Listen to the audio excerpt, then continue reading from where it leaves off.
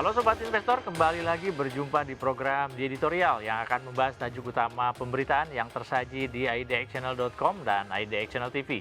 Bersama saya Yanto Kusdiantono, redaktur pelaksana idxchannel.com. Marhaban ya Ramadan, selamat datang bulan Ramadan. Sudahkah Anda mempersiapkan gamis dan baju koko untuk dipakai salat sholat tarawih perdana tahun ini? Sudah berapa banyak juga kudapan dan bahan makanan yang Anda stok di kulkas dapur Anda? Sobat Investor, menjelang datangnya bulan Ramadan, masyarakat Indonesia selalu memiliki kebiasaan unik yang disadari atau tidak, ini juga berpengaruh terhadap geliat perekonomian secara keseluruhan. Misalnya saja budaya ngabuburit yang seolah menjadi ritual menarik tak terpisahkan dari bulan Ramadan ini, yang selalu dinanti-nanti masyarakat sambil menunggu azan maghrib berkumandang. Pada momen tersebut, konsumsi masyarakat seketika akan mengalir deras, terutama untuk produk makanan dan minuman ringan.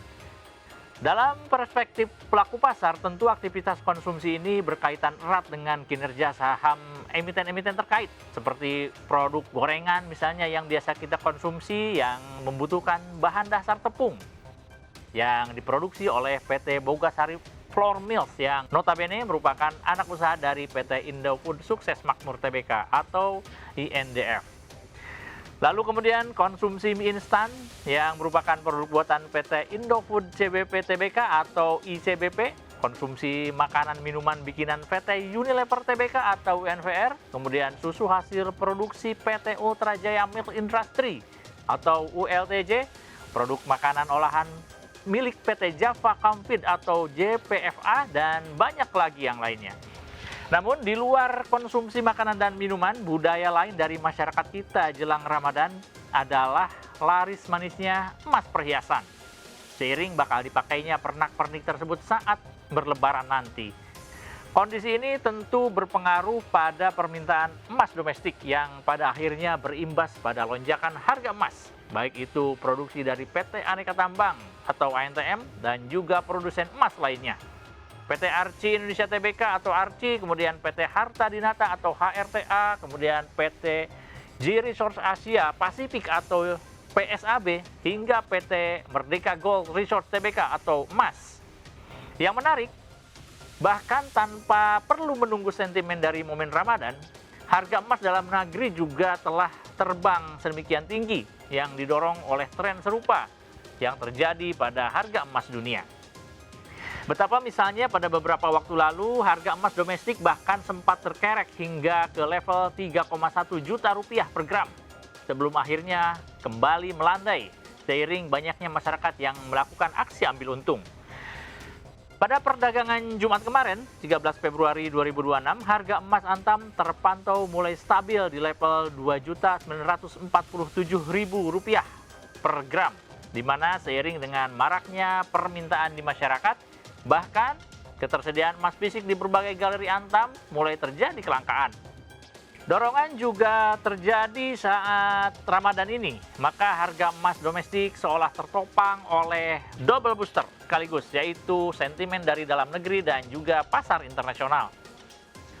Dari dalam negeri, pengaruh datang dari lonjakan harga kebutuhan pokok yang memang jamak terjadi menjelang Ramadan tiba, di mana kondisi demikian biasanya seketika berpengaruh pada posisi inflasi yang kemudian berimbas pada nilai tukar rupiah yang melemah.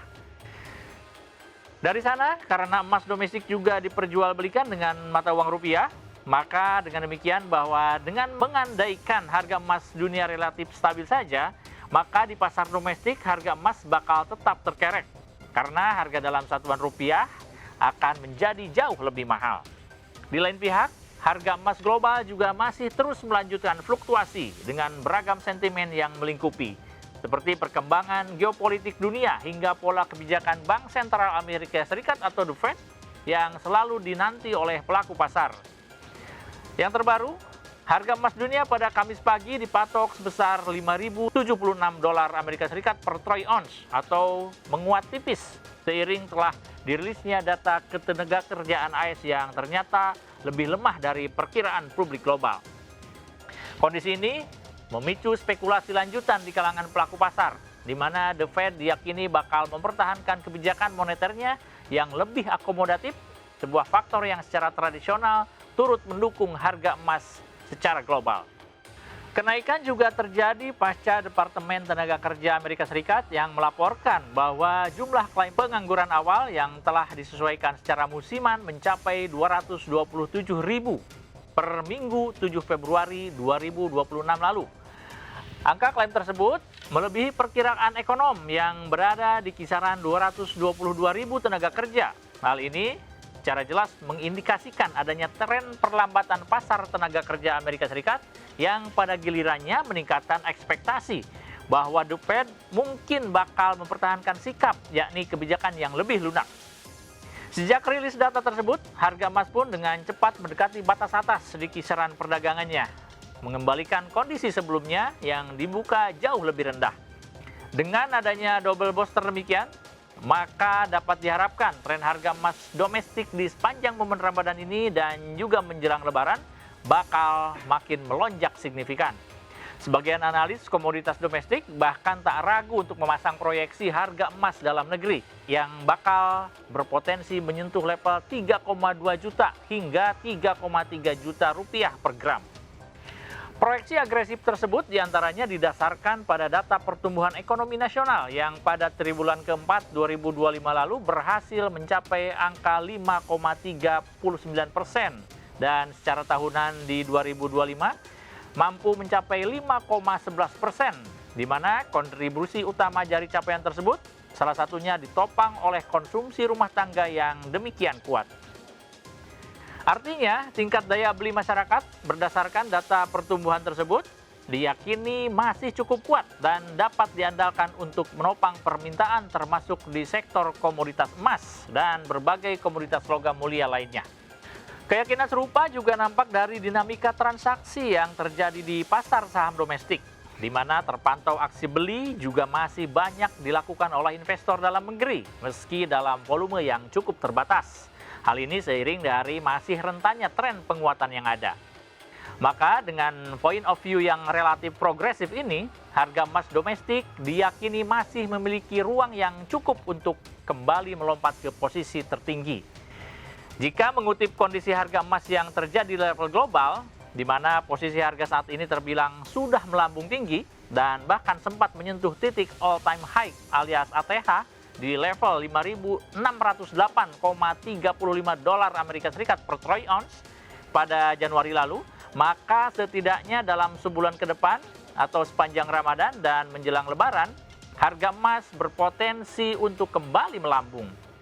Jika saat ini sudah berada di langit, maka harga emas domestik diyakini masih berpotensi kembali melompat tinggi.